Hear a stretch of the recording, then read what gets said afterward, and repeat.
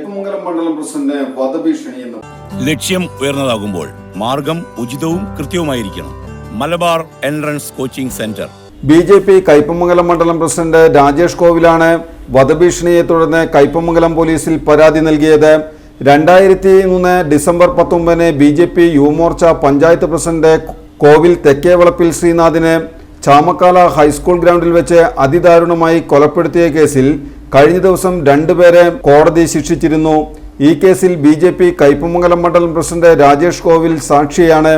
ഇതേ കേസിൽ ശിക്ഷയിൽ നിന്ന് ഒഴിവാക്കിയ കോവിൽ തെക്കേവളപ്പിൽ അഭിലാഷാണ് ഫോണിൽ വിളിച്ച് വധഭീഷണി മുഴക്കിയതെന്ന് രാജേഷ് പറഞ്ഞു.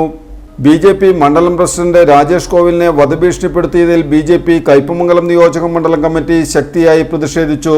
യോഗത്തിൽ BJP ജില്ലാ സെൽ കോർഡിനേറ്ററും മണ്ഡലം പ്രഭാരിയുമായ PS അനിൽകുമാർ, ജില്ലാ വൈസ് പ്രസിഡന്റ് സർജു തൈക്കാവ്, എടവിലങ്ങ് മണ്ഡലം president Selvan Manakkattupadi, general secretary Prince Thalassery, Kaipamangalam മണ്ഡലം general secretary Suresh Pallath, OBC Morcha general secretary Satheesan Thekkiniyath തുടങ്ങിയവർ സംസാരിച്ചു.